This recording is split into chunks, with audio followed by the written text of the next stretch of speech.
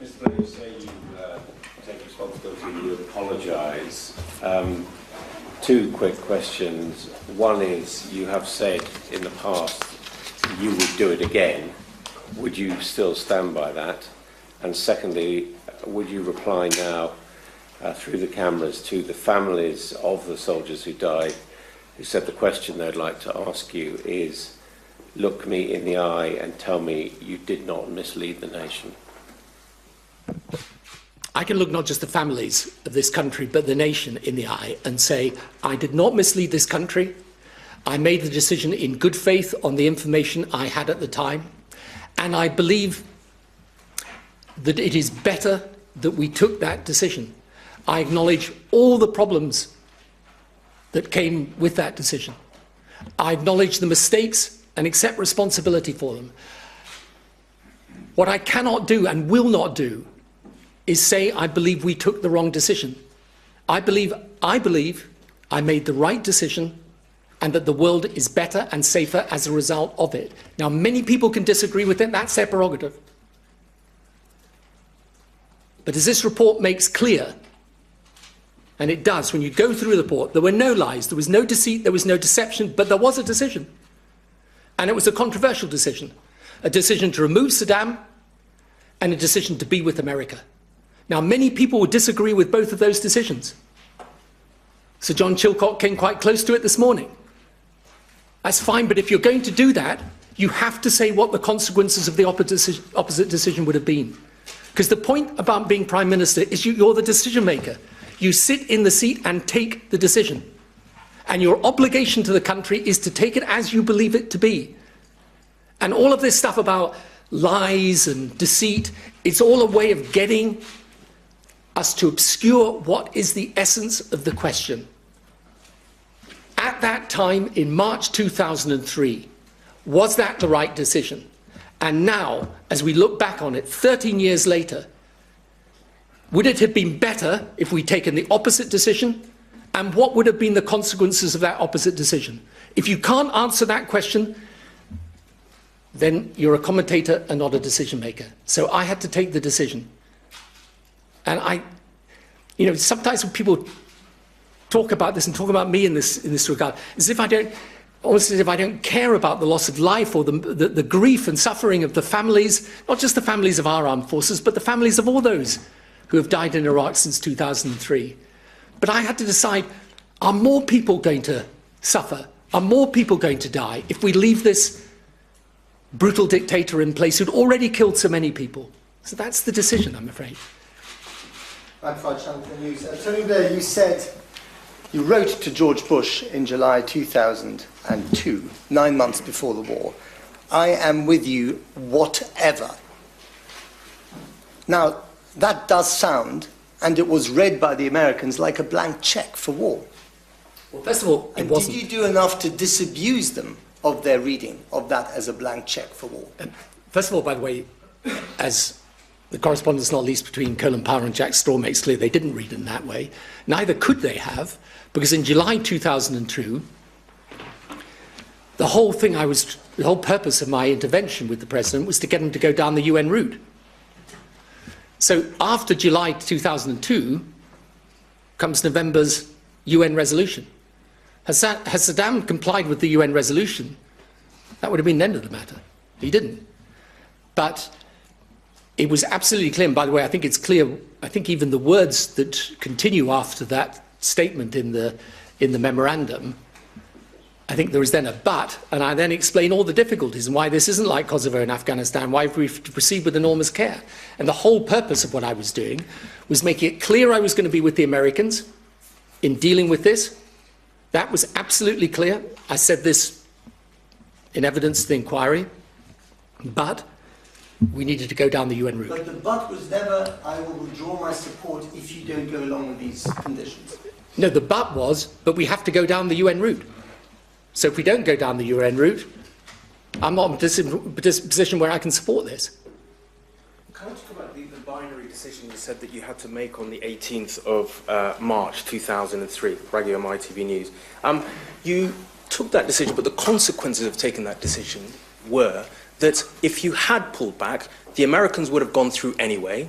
Our military contribution was irrelevant in getting the job done anyway. And by going through with it, when you faced a choice between your frustrations with pursuing diplomacy at a blocked UN and effectively pulling the trigger that you had already loaded because you couldn't keep the troops there indefinitely, was to plunge us, this country, for 14, 15 years of this agony. You could have said, no, I'm going to continue with the UN, and Saddam would have been gone anyway. Well, hang on a minute. Because that's a really, really important point and needs to be dealt with. So let's just disaggregate that for a moment. So first of all, by the way, our forces did play an important part in removing Saddam. We were absolutely central. Right. Okay. Okay. So what you're saying is that we should have pulled back at that point. We should have let the US do it. I don't know whether you think we should have been in the aftermath or out of the aftermath as well. That would have been a huge decision for this country to take. At that point, we were the US's strongest ally. I had actually gone and sought the commitment from our armed forces that they wanted to be part of this, that we should be part of it, and then right at the last minute we were going to pull out and let the other countries go forward. And diplomacy had been exhausted, actually, in this sense. There was by then an impasse at the UN. Look, this is familiar to us today. You had Russia on the one side, the US on the other. You give up. You just say we have to choose war because we can't continue with a blockade. Well, you then have to take a decision. And that's why I say, you know, the problem with this debate on Iraq is once you clear out of the way all the allegations of deceit and so on, and, you know, I hope people do actually read this report because it makes it clear those allegations can't be sustained. But in the end, I agree with you. You know, but you've got to go back in my shoes as decision maker and say, at that moment, are we going to pull out, leave the US to do it, hoping that they do it, presumably? Well, you said that they were going to go Well, ahead and do it. yes, okay, they would have done it, but then we're saying we think it's the right thing to do, but we're not going to be part of it. I think that's very difficult. One other question, Sure. which is a fundamental point that you raised, which is this rejection, as you said, of the fact that the invasion was in nowhere in the aftermath, not responsible with the terrorism that has gripped Iraq and the region. As you know very well, I mean, Al-Qaeda seeks what it calls ungoverned spaces in which to spread its hatred and violence. The way that the aftermath was unplanned for, or adequately planned for in the aftermath of the invasion, which is what the report lays out, ungoverned space was created in Iraq. The military was disbanded, the security forces, the intelligence services, all of it was eviscerated within months. And into that void came Al-Qaeda. What is happening in Syria today are being led by the very men who were in the American camps. Abu Bakr al-Baghdadi was in Camp Bakr and held there. He grew out of Al-Qaeda. So to say that what is happening in Syria today has no links with Iraq is disingenuous, is it Well, not? I'm not saying it's got no links, but let's be very clear about this. Okay, you're completely right. Between 2000, particularly when the Civil War began, in 2004 to 2006, then I agree. Al-Qaeda used the removal of Saddam in order to move in and to create sectarian tension. But then came the surge. And the surge largely succeeded. So what shifted after 2010, remember, Iraq had an election in 2010. They elected their government then. Actually, the leading party in that election was one that was essentially secular. After that time, what changed dramatically was Syria. Now, you're right that there are people from Iraq who then went into Syria, but it was in the chaos of Syria, exactly the same point, by the way, in the chaos of Syria, in that ungovernable space, that's where ISIS came into being. They headquartered themselves at Raqqa, and they then went back over the border into Iraq. Now, my point, because you know we've had a debate about Syria these last years, my point is, I agree, when you leave that space ungovernable, that is where terrorism breeds. But non-intervention can also lead to those spaces being created. Partial intervention can lead to those spaces being created. And the one thing I've got to say about this report, and I say this with respect, but it's the difference between people writing a report and taking decisions. Nowhere in this report do they say what they believe would have happened if we had taken the decision they don't quite advocate it, but they imply. Nowhere did they say that. Now, if people are going to say the decision was wrong, they have at least to consider the points that I'm making. that Saddam might have gone back and reconstituted his program, as the Iraq Survey Group finds, and we might have had the same situation in Iraq today as we have in Syria. And let us be clear, in Syria today, more than double the people that died in Iraq have died in Syria, with the worst refugee crisis in World War II, and that is where we didn't intervene and remove the dictator. Robert. So I'll move along the rows, if that's okay then. You've got a fundamental disagreement with Chilcot. I mean, Chilcot says that you went to war when there was no imminent threat from Saddam. He does say that the legal process for authorising the war was unsatisfactory, that there was no proper planning and preparation for the aftermath, that intelligence was flawed, and that our troops were inadequately resourced and therefore put at undue risk. Now, you have said two things today. On the one hand, you have created the impression that you're apologising, but you also say that you stand by your decision to go to war. So what I'm unclear about, and I suspect people watching this now are unclear about, is what are you apologising for today? For the mistakes. But what mistakes? What are the mistakes that you acknowledge? The mistakes on planning and process, I absolutely acknowledge. And I accept responsibility, and I'm not passing responsibility off to someone else. I accept full responsibility for those mistakes. But it's not inconsistent with that to still say that I believe we took the right decision. And the difficulty with a report like this is those two things get mixed up together. And by the way, in the first part of this military campaign, I mean, at one point, I think, again in his statement, at least this morning, Sir John says, well, we didn't achieve our objectives. So the first part of this campaign was a brilliant military success, and the British troops, by the way, deserve enormous credit for that. What happened afterwards, we know. But the question is, would we be in a better place today if we'd taken the opposite decision? And that's the point of disagreement. Do it again. I would take the same decision. If I was back in the same place with the same information, I would take the same decision, because obviously that's the decision I believed was right.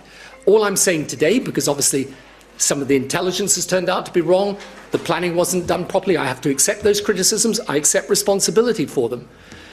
But I think people want me to go one step further, and this is my problem. It's a very fundamental problem, and I know it causes a lot of difficulty, even with people who might support me otherwise.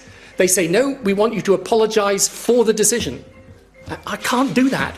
I can't honestly tell you, and I'm in the Middle East 2-3 times a month, and I tell you the roots of this terrorism go so much deeper than what happened in Iraq. We got caught up in the problem in Iraq. And ultimately, if we're not prepared to take these types of decisions and engage in this way, we will make the world less safe.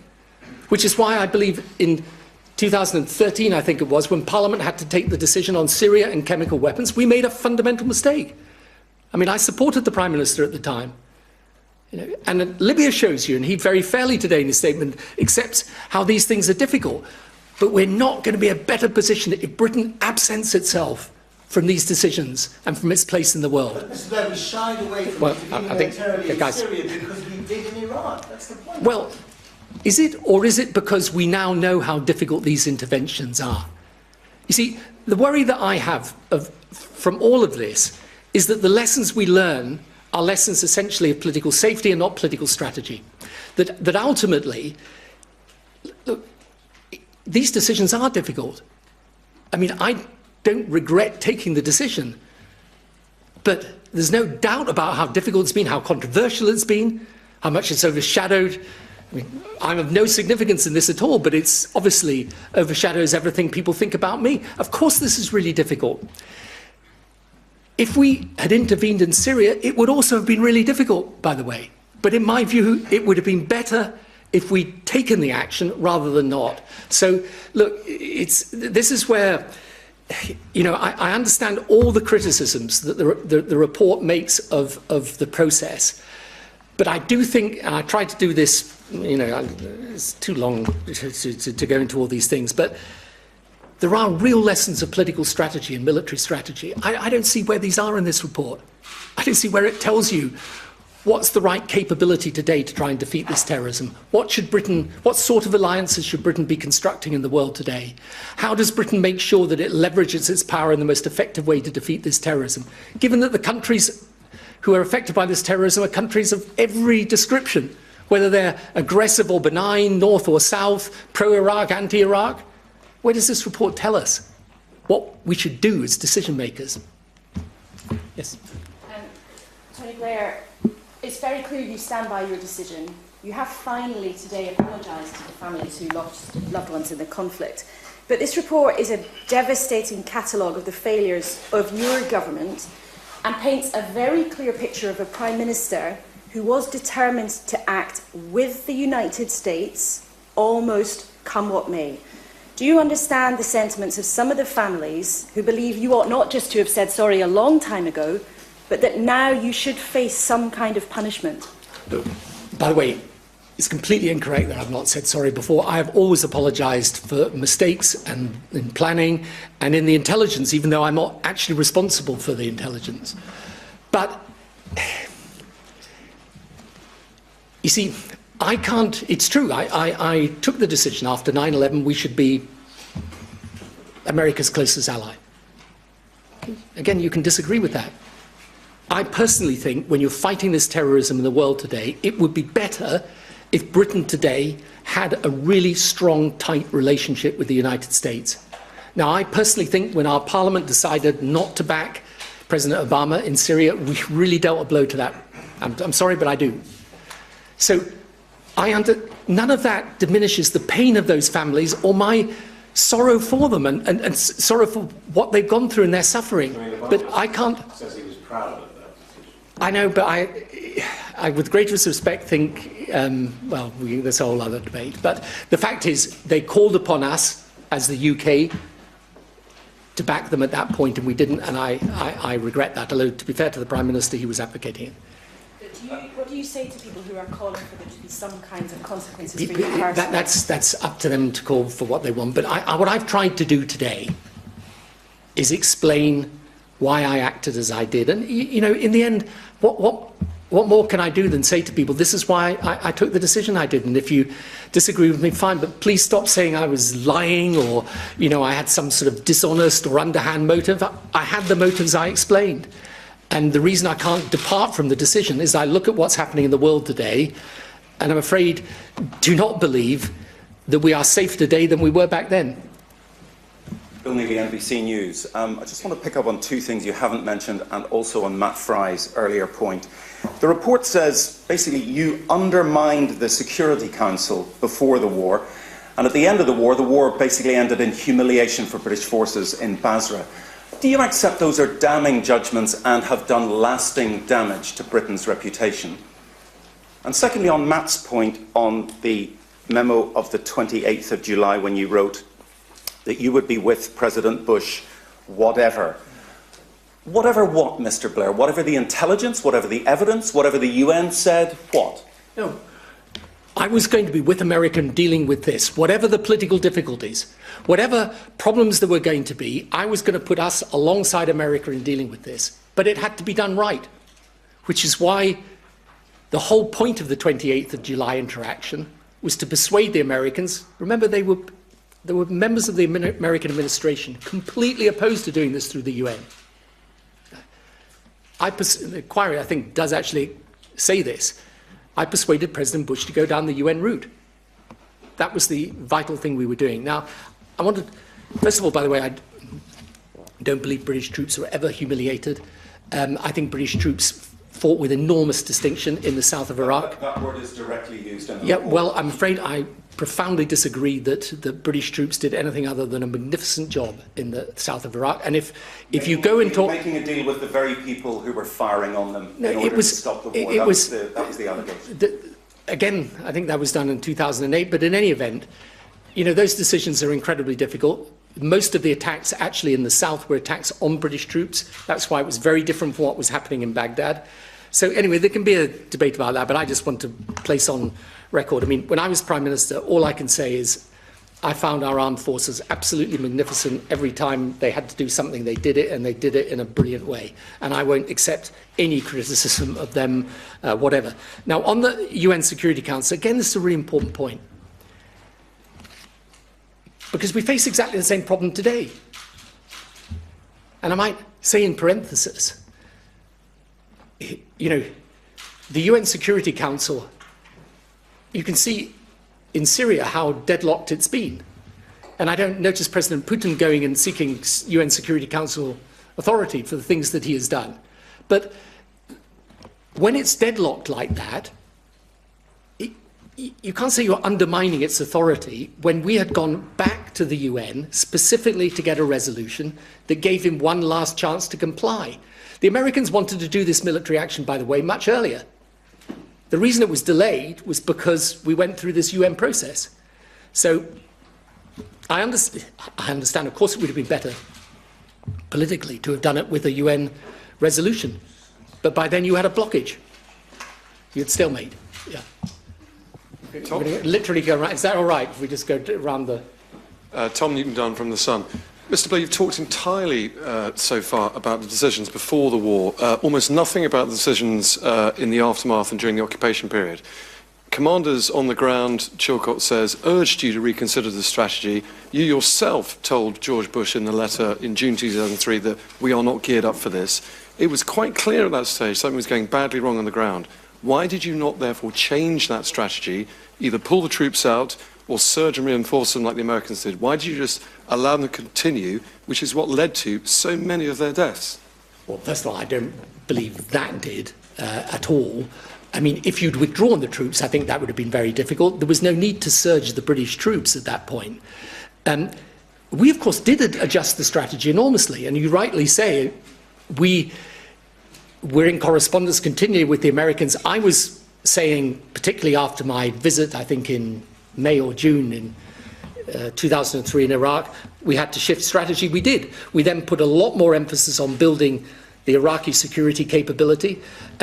We made sure that, for example, the electoral process was put in place so that they could have an election as soon as possible. Remember, Iraq was a country that was governed by 20% governing the other 80%. That's why in the end it was never sustainable. And why had the Arab Spring, when the Arab Spring happened, Saddam had been in power, he would have been subject to the same revolt that was going on elsewhere. But it's not correct that we didn't shift strategy. But the inquiry itself says, and we can look out the reference, that they can't actually identify any other strategies that would have worked. And the reason for that is very simple. You get to a certain point with these terrorist groups where it's not the planning, it's the fighting. And that fighting had to be done, and it was done by our troops with enormous courage, and the Americans, and the troops of other nations. Remember, there were 40 nations in this coalition. Yeah. Owen Bennett, Huffington Post. Sir John Chilcot said that you were warned that military action would increase the threat from Al-Qaeda to the UK and UK interests, and you were warned that an invasion might lead Iraq's weapons and capabilities falling into the hands of terrorists. If you were warned about that before the invasion, wasn't that precisely the grounds on which you wanted to reduce Saddam? So surely, knowing that, you'd be thinking you're making the situation worse. No, the warning that they were giving, and it's important that the Chilcot Inquiry makes reference to this, was a warning that, because everyone thought that he did have actual stockpiles, that they could fall into the wrong hands. But that can't be a reason for not removing them from power. That's a reason for doing it. As for the threat to the UK, I accept again, if the UK stands up in this fight against extremism and terrorism worldwide, if our forces are engaged in this, these people will try and attack us. They're attacking the French because of what they've done in Libya and Mali. Beyond doubt, they will do that. But my point is, they would try and attack us anyway. They've attacked the countries who are pro-Iraq and the countries that have nothing to do with Iraq. I mean, where did Belgium fit into anything to do with Iraq? So my point is, I understand, yes, it's true, if you stand up and you take this action, these terrorists will try and target you, but frankly, they'll target you anyway. And that can't be a reason for not taking them on and fighting them. David Hughes from the Press Association. Given that Chilcot has found there was no imminent threat from Saddam and that the process of the military build-up had been in place long before, how was it that the troops were so poorly equipped? How was it that for the aftermath they didn't have the correct equipment, there were not enough helicopters, not enough IED-resistant vehicles in place? And do you accept the resources were far too stretched trying to fight in both Iraq and Afghanistan? Well, I don't accept the latter point. And by the way, when we made that additional commitment to Afghanistan, I was very, very clear. I remember the cabinet meeting very well, where I said we must not do this unless we can do both missions. And I think you will find that the report also says there was no occasion where we were asked either for more money, for more equipment, or more equipment where we said no. And both myself and Gordon Brown at the time made it absolutely clear that whatever was requested should be given. Now, I do have to say, you know,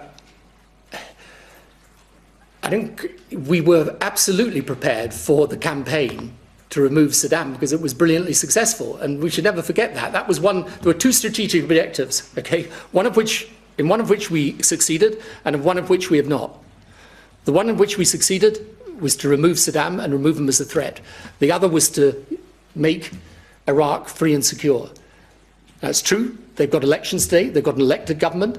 They are an illegitimate government. They're fighting terrorism today. But it's also true that particularly in that immediate aftermath of removing Saddam, we did not provide the security we had promised. Yeah. The families who have lost loved ones in Iraq are now saying they're prepared to take legal action against you personally. Do you think they're justified in doing that? I obviously stand by the decision I took, and I've explained all of that today. I understand their, not just their grief, but I understand their anger and their concern. But I need people also to try to put themselves back in my shoes at that time taking that decision and understand why I took that decision, why I think it's right, and why I will never ever accept that those troops who got injured or gave their lives in Iraq did so in vain. I believe they ended up fighting, after we got rid of Saddam, they were fighting exactly the forces of extremism we see everywhere in the world today. And that's why even as I sympathise profoundly with the sorrow, I cannot accept the implicit nature of the criticism, which is that they died in vain. I do not believe that they did so. You know, in the first 6 months of this year, it's worth just reflecting on this. 3,500 troops, troops of different countries, have lost their lives fighting this terrorism. 3,500. This is a battle that's going on day in, day out around the world. Our troops were involved in that battle, and I will never ever accept that in fighting it they fought for a cause that was worthless or in vain. As a Little Daily Express, I'm still not clear on what mistakes you actually think you made. Perhaps you could name two specific things that you wake up in the middle of the night thinking, I really should have done that. Not just general, there were mistakes made, but specific mistakes that you think you made. Specific mistakes. Look, one thing that the report actually doesn't do, but I reproach myself for, is that I think when you look at what we found, I think now if I was planning such a campaign, I would look far more carefully at the possibility of the link of external people linking up with internal elements of insurgency or insurrection. Now, there were scattered warnings, though not really about Iran or Syria, by the way. But that is the fundamental thing that almost made Iraq ungovernable until the surge. The fundamental thing that went wrong. It's not complicated. It's absolutely clear. It's external elements in Iran linking up with Shia extremism, from outside Iraq, Sunni extremism linking up with al-Qaeda, and then, as we now know and discovered in these last couple of years, Syria deliberately sending thousands of people to join the insurgency across the border into Iraq. That is something I think about the whole time. And one of the things that you learn exactly the same from Syria and Libya. It's when the external elements join up with the internal elements that you get a problem that can be almost ungovernable. And one of the reasons why it's so important actually to learn the lessons, for example, a military strategy, is how do you deal with that? And unfortunately, the report doesn't really deal with that. Yes. Jason Groves from the Daily Mail. Jeremy Corbyn today said that you misled MPs, pointing to the section in the report which says you prosecuted the case with a certainty which was not justified. there's been a call from the Labour front bench for you to face prosecution. How do you feel about sort of splitting the Labour Party in the way that this decision appears to have done? The important thing about a decision like this is you take it for the reasons you believe to be right. And, by the way, there was no misleading of Parliament. And the report accepts explicitly that I acted both in good faith and that I genuinely believed the intelligence I was given. And I brought with me, in case I can simply show it to you afterwards rather than reading it all out. If you go back to those Joint Intelligence Committee documents sent to me in March and September, I simply say to any fair-minded person, go and read the reports, see what was said to me, and then tell me if you wouldn't have believed that there was not merely a problem of intent, but an actual developed programme of weapons. Well, Jeremy Corbyn did. Well, that's for Jeremy. Sorry, I think otherwise. Rowena. Yeah. Rowena Mason from The Guardian. Can you be more specific about the errors that you are apologising for, the errors of planning and processes? Which things happened that you are now sorry for? I mean, I think to the point that I was just making earlier, although it's not actually something the inquiry particularly centres on, it's the analysis of the analysis pre-conflict, of the possibility of external elements linking up with internal elements. But there are things that I've accepted during my statement. You know, I think in retrospect, it would have been better to have more formal options papers presented to Cabinet at certain points. I think for sure now you would approach the situation differently in how you interacted with the United States, and I accept that as well. I think there are various process points, for example, disclosing the Attorney General's advice to Cabinet would have been simpler and better to have done that. I don't think any of those things would have altered the nature of the decision, but I'm perfectly happy to accept responsibility for them. But I do think at each point of this, once you've done that, you come back to the decision. Yeah. Nick Watt, BBC Newsnight. Can I just ask you, you've expressed sorrow for what happened in the most emotional statement I've heard you make on Iraq, but then you say on the fundamentals you stand by your decision. Can you see why that explains why people don't trust you and why potentially there is this rupture between the political elite and voters, that we have a teary Tony Blair saying, I feel your pain, but fundamentally I did nothing wrong? And if I may, you say that for us to understand what happened, we need to understand how the calculus of risk changed after 9/11. But you were told then, and we know now, that there was no link between Saddam Hussein and Al-Qaeda, but there were links between Al-Qaeda and some of the Gulf Arab states who you maintained strong diplomatic relations with when you were Prime Minister, and upon whom you've built your business career since then. First of all, by the way, I didn't. But anyway, secondly, there is actually no, just think about this for a moment, there is no inconsistency in expressing my sorrow for those that have lost their lives, my regret, and my apology for the mistakes, but still saying I believe the decision was right. There is no inconsistency in that. I understand why that makes people, some people at least, angry with me, because they want me to say what I can't, in all frankness, say, which is that I think we should have taken a different decision, that either we shouldn't have been with the US or we shouldn't have removed Saddam. I can't say that. I don't believe it. So I think in the end that's, I mean, I'm sorry again if people find that difficult to reconcile. But, you know, I spend so much of my time thinking about this issue. I spend so much of my life analysing it. You know, I would be making a concession I didn't believe if I said to you, I think if we'd left him there, it would be better. And I only say, you know, when you look at this report, and this is the problem with a report like this, for example, they say that the Iraq Survey Group findings are significant and they endorse them. That's got to make a difference to your analysis of this situation. If that report is right, sanctions would have gone, we wouldn't have removed him, and he would have been back to doing what he was doing. Surely I'm entitled to say, if you're telling me the decision's wrong, you've got to tell me why either that report's wrong, or if it's not wrong, surely it makes a difference to your analysis of the decision.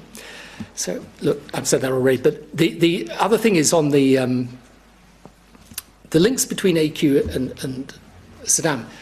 You know, it was never our case. There were elements of the American administration that argued that there was a link between Saddam and al-Qaeda. That was never my case. My case was the one I expressed today. It is the one I expressed at the time.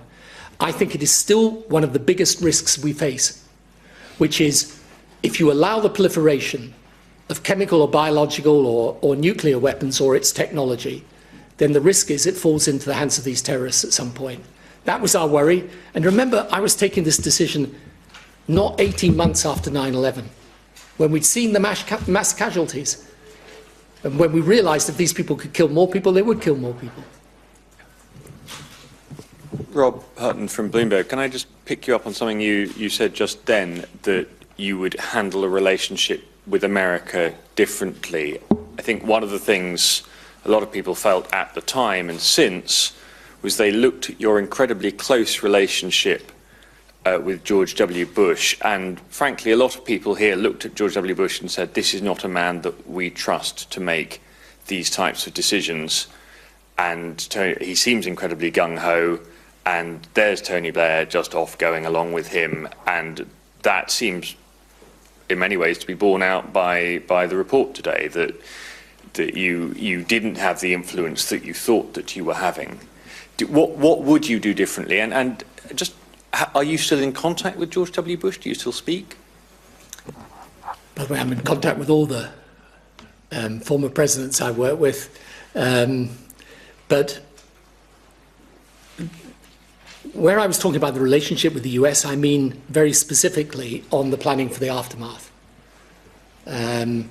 I think in retrospect it was clear that I relied too much on the assurances that were given, and there were obvious real problems within their system.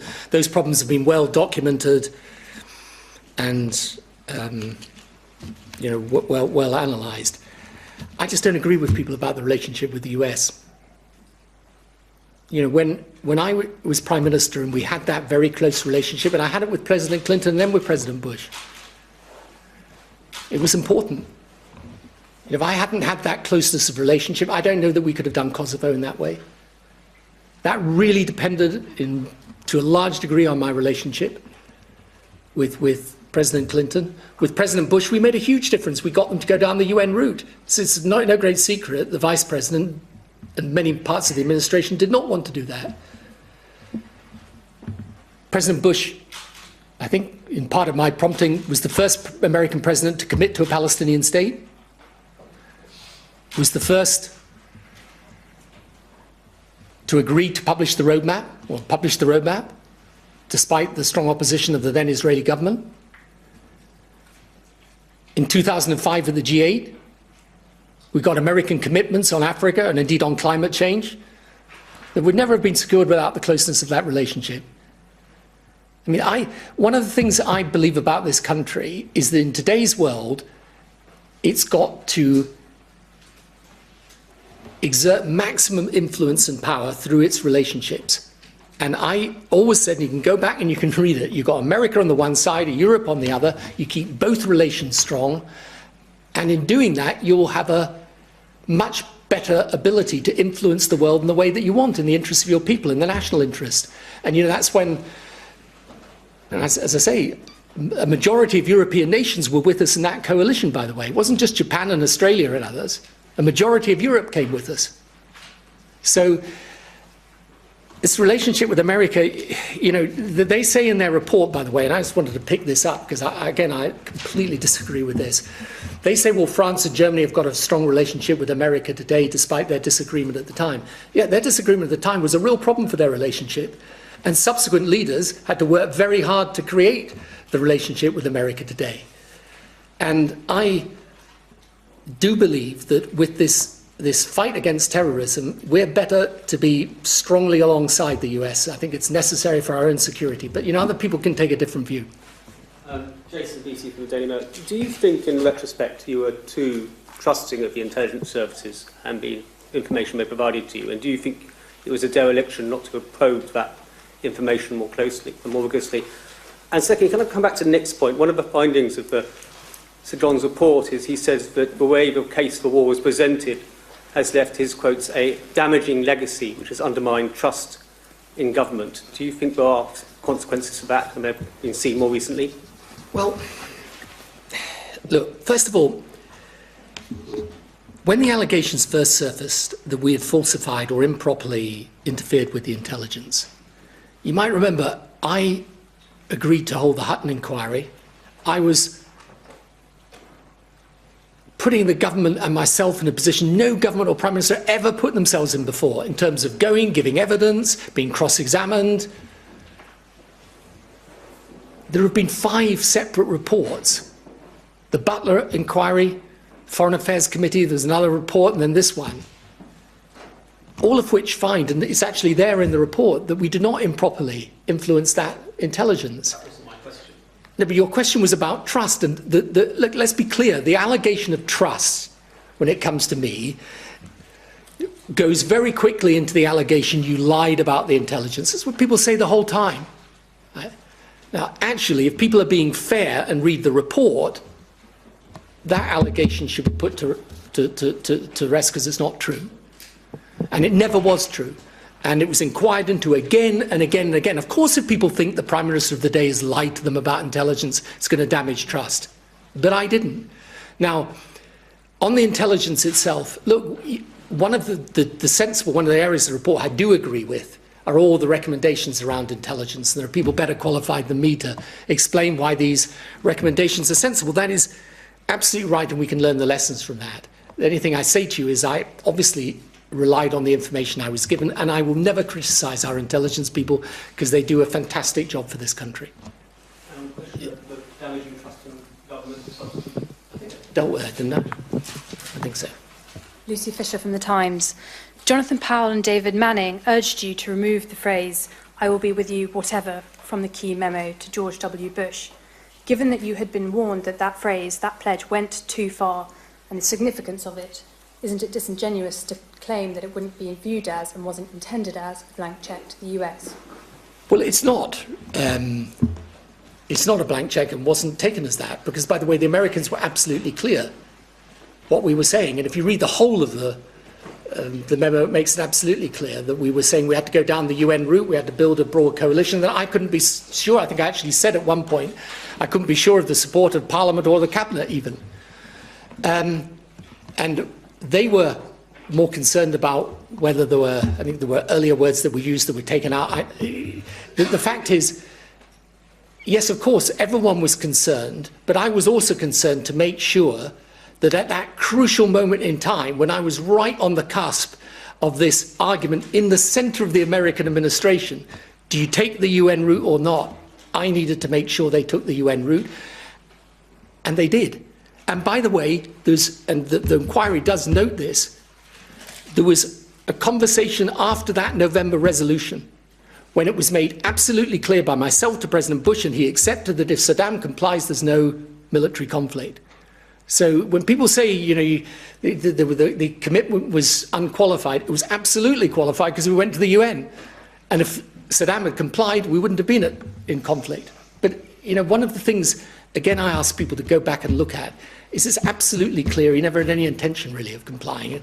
He would have been back to his old tricks if we'd allowed him to survive. Can you go to the back there? And then, who's still to come? Yeah. Hi, Henry Ross from Financial Times. You say that this will forever stand over how people view you. Do you see it as increasingly futile to make public interventions on matter of policies, given the shadow of Iraq? Well, people can listen or not listen. I mean, it's up to them. I think there's more understanding in the country than you sometimes think of the fact that people know that when you're Prime Minister, you have to take decisions. I think the single most important thing is that people understand I took it in good faith. That is really critical, and, you know, I think to be fair about it, this report at no point says I was taking it for reasons other than the reasons I gave, or that I took it in bad faith. And that's the thing that damages me or any other political leader. You know, one of the things I sometimes say to people as well is that the time you should trust a politician most is when they're doing what's hardest. You know, when you're doing what's easy, okay, most politicians can do that.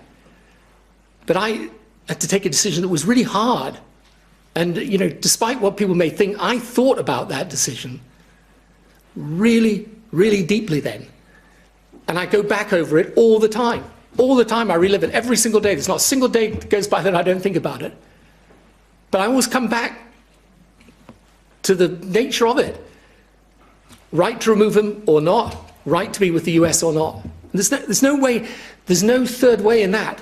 I'm afraid you're either there or you're not, and that's what I had to decide. So if people don't want to listen to anything else I say, then I can't help that, I'm afraid. That's their decision. Yeah.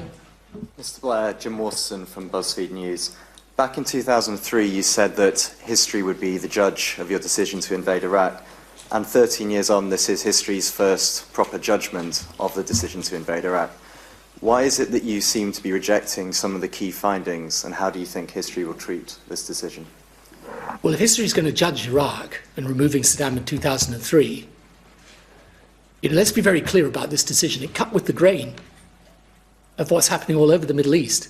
This is why I think when people, you know, I hope in the end, and I believe, by the way, that Iraq will stabilise and the Middle East will stabilise.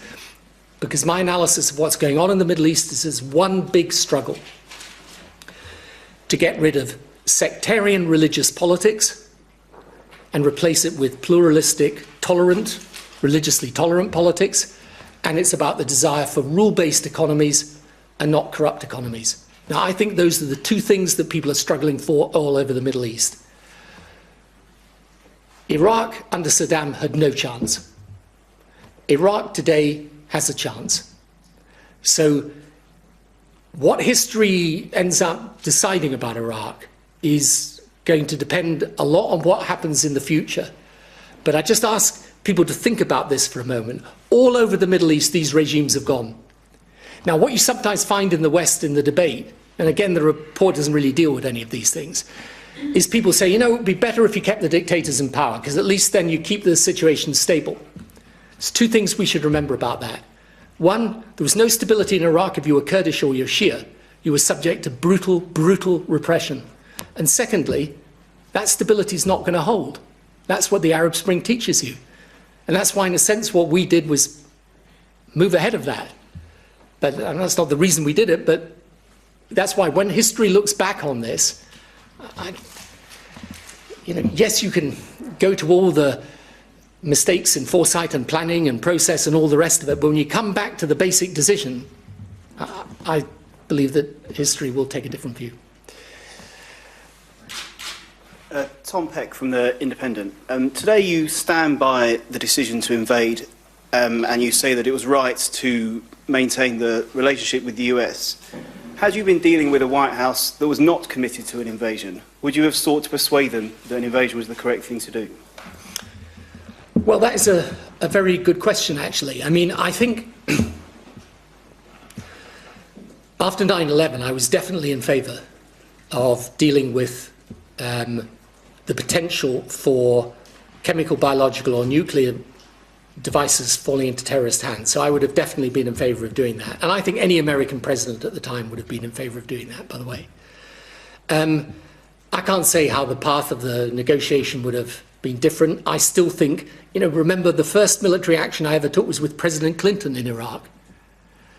And it was after that action that it became the official policy of the American government to change the regime in Iraq. That's one of the tensions in policy making between ourselves and the Americans all the way through. Their policy was regime change. It wasn't our policy. Our policy was the security aspect. So I can't be sure, but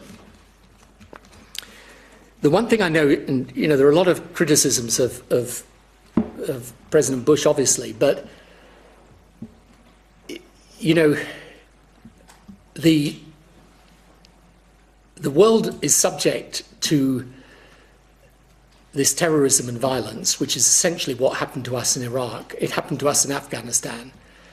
It's happening the world over, and I don't think we've got the right strategy yet to deal with it. And I think what's important is that we learn the lessons, both of the Bush period of policy making, but also of the last 8 years as well. And the consequences of the Arab Spring in Libya and Syria. And so I don't know how it would have turned out if we'd had a different American president. But I was facing the situation I was. Hi, William James from Reuters.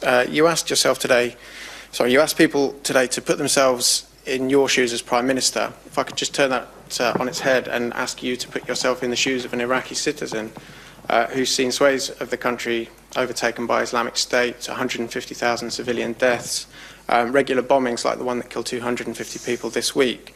Would you still be able to say that they're better off?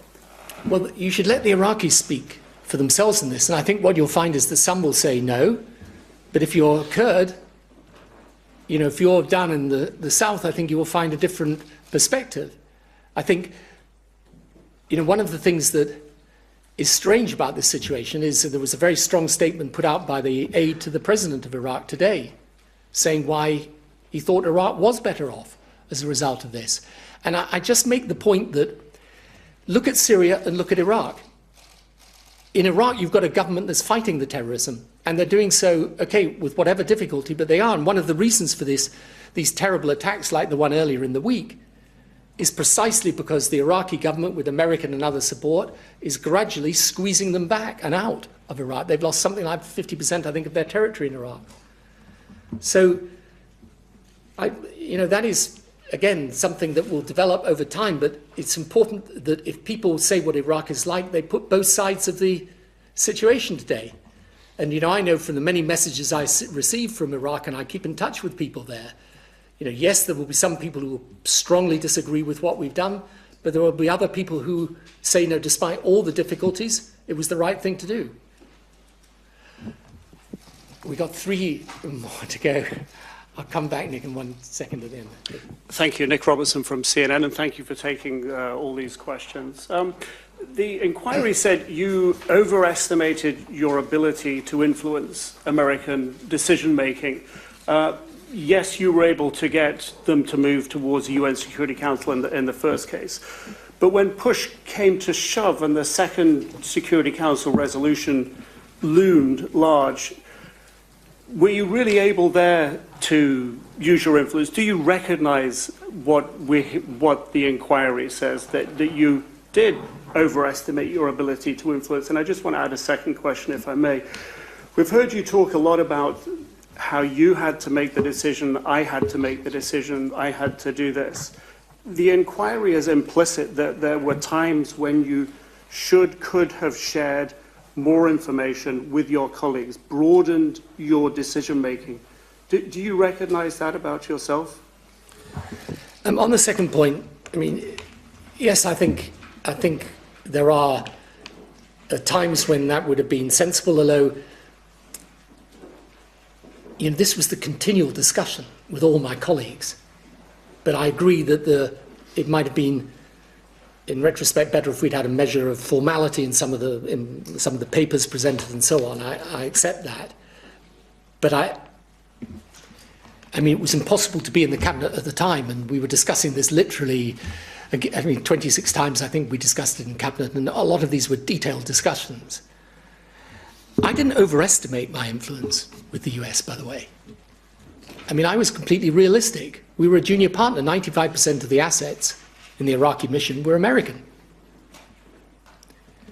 But I thought it was important, and remember, as I keep going back to the time, my worry after 9/11 was that America decided it was going to go on its own without a coalition and go after the people that had caused this destruction in their country. And you've really got to go back to that time and feel that atmosphere.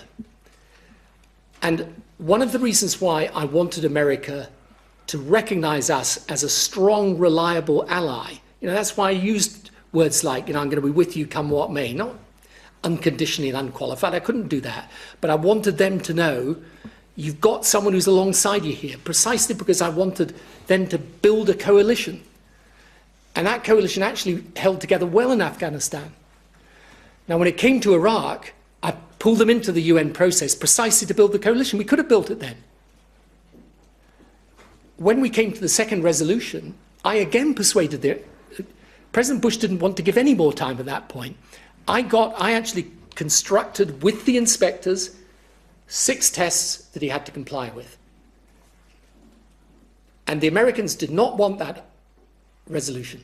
But in the end, what they said was, okay, but there's got to be an ultimatum. If he doesn't comply, we can't keep our troops down there and let him carry on giving a little bit of compliance when he felt the threat was there and withdrawing when he didn't.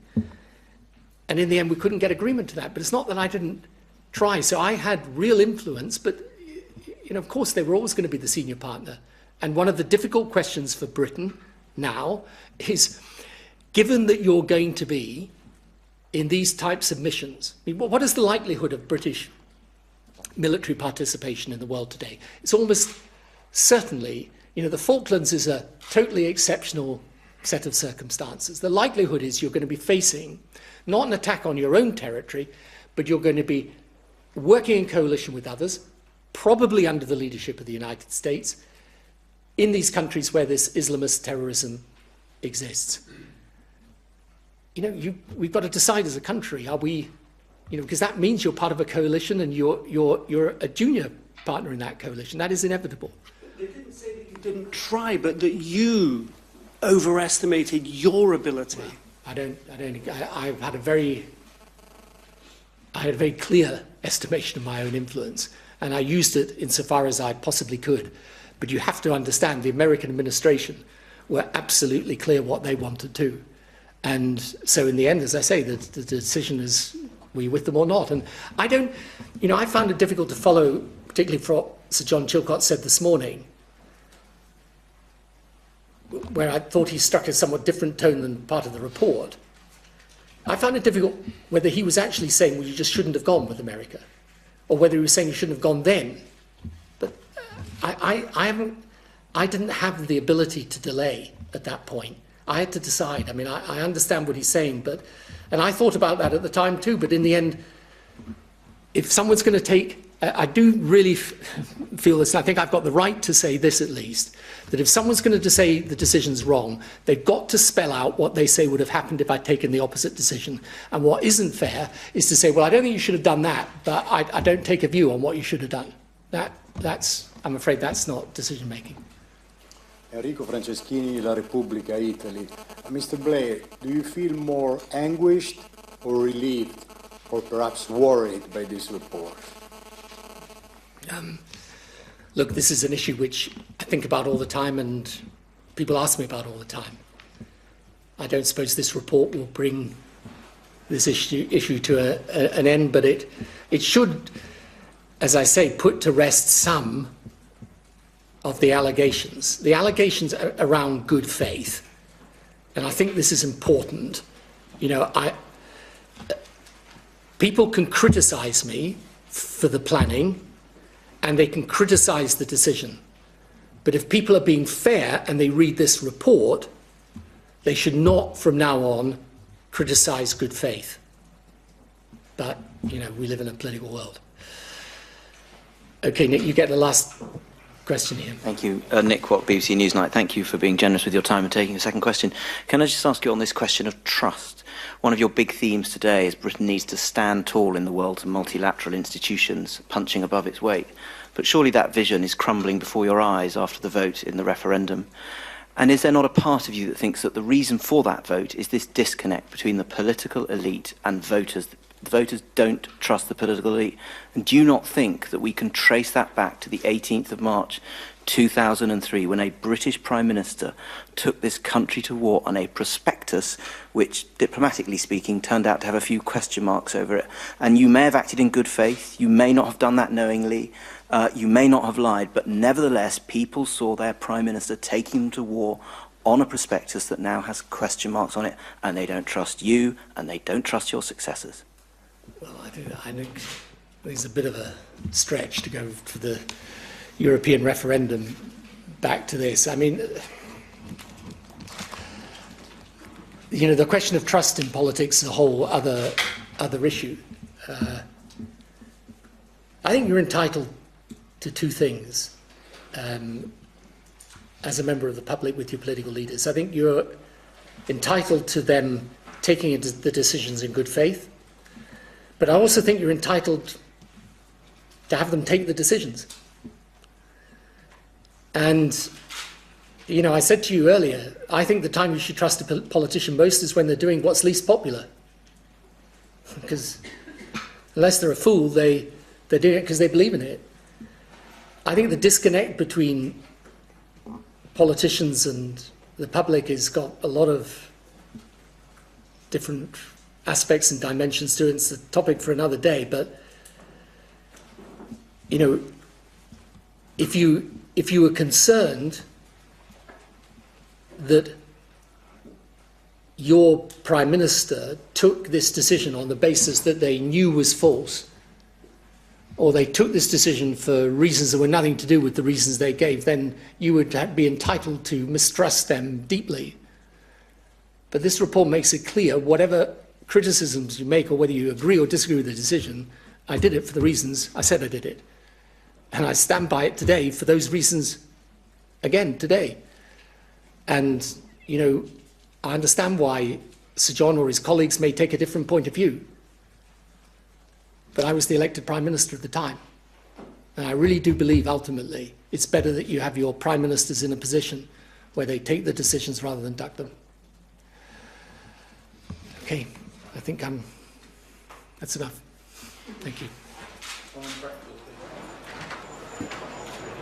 Well, there was Tony Blair talking for the best part of 2 hours with his defence of his strategy over Iraq. And at the beginning, his voice seemed to crack with emotion when he said that he expressed more sorrow, regret and apology than people may ever know or might believe. And he also said that his decision to invade Iraq in 2003 had been the hardest, the most momentous, the most agonising that he took as a Prime Minister. He said he would apologise for the mistakes that there were, and some of them outlined in the Chilcot report that's been published today, but not for the decision itself to invade Iraq. So let's talk now to Reg Keyes, whose son Tom died in Iraq as a Royal Military Policeman there. The President was to get him to go down the UN route. So after July 2002 comes November's UN resolution. Has Saddam complied with the UN resolution? That would have been the end of the matter. He didn't.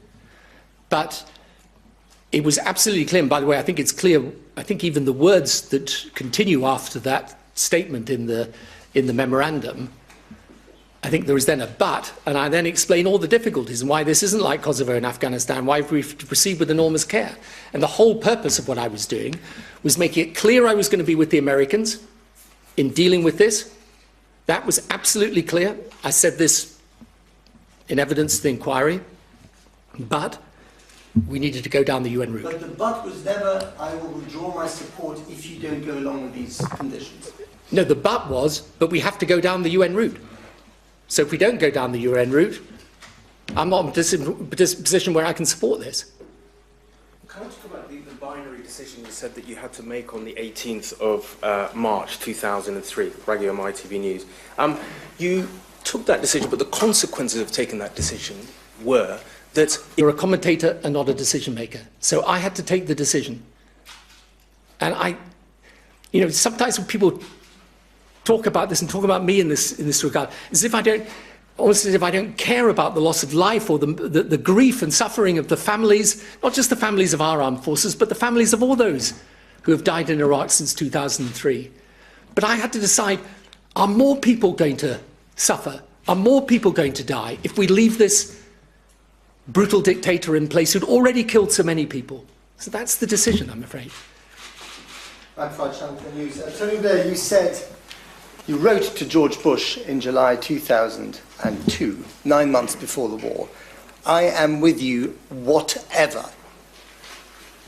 Now, that does sound, and it was read by the Americans, like a blank cheque for war. Well, first of all, it wasn't. Did you do enough to disabuse them of their reading of that as a blank cheque for war? First of all, by the way, as the correspondence not least between Colin Powell and Jack Straw makes clear, they didn't read it in that way. Neither could they have, because in July 2002, the whole purpose of my intervention with If you had pulled back, the Americans would have gone through anyway. Our military contribution was irrelevant in getting the job done anyway. And by going through with it, when you faced a choice between your frustrations with pursuing diplomacy at a blocked UN and effectively pulling the trigger that you had already loaded because you couldn't keep the troops there indefinitely, was to plunge us, this country, for 14, 15 years of this agony. You could have said, no, I'm going to continue with the UN, and Saddam would have been gone anyway. Well, hang on a minute. Because that's a really, really important point and needs to be dealt with. So let's just disaggregate that for a moment. So first of all, by the way, our forces did play an important part in removing Saddam. We were absolutely central. Right. Okay. Okay. So what you're saying is that we should have pulled back at that point. We should have let the US do it. I don't know whether you think we should have been in the aftermath or out of the aftermath as well. That would have been a huge decision for this country to take. At that point, we were the US's strongest ally. I had actually gone and sought the commitment from our armed forces that they wanted to be part of this, that we should be disagree with it. That's their prerogative. But as this report makes clear, and it does, when you go through the report, there were no lies, there was no deceit, there was no deception, but there was a decision. And it was a controversial decision. A decision to remove Saddam and a decision to be with America. Now, many people would disagree with both of those decisions. Sir John Chilcot came quite close to it this morning. That's fine, but if you're going to do that, you have to say what the consequences of the opposite decision would have been. Because the point about being Prime Minister is you're the decision maker. You sit in the seat and take the decision. And your obligation to the country is to take it as you believe it to be. And all of this stuff about lies and deceit, it's all a way of getting us to obscure what is the essence of the question. At that time, in March 2003, was that the right decision? And now, as we look back on it, 13 years later, would it have been better if we'd taken the opposite decision? And what would have been the consequences of that opposite decision? If you can't answer that question, then you're... Mr. Blair, you say you take responsibility and you apologise. Two quick questions. One is, you have said in the past you would do it again. Would you still stand by that? And secondly, would you reply now through the cameras to the families of the soldiers who died, who said the question they'd like to ask you is, look me in the eye and tell me you did not mislead the nation? I can look not just the families of this country, but the nation in the eye and say, I did not mislead this country. I made the decision in good faith on the information I had at the time. And I believe that it is better that we took that decision. I acknowledge all the problems that came with that decision. I acknowledge the mistakes and accept responsibility for them. What I cannot do and will not do is say I believe we took the wrong decision. I believe I made the right decision and that the world is better and safer as a result of it. Now, many people can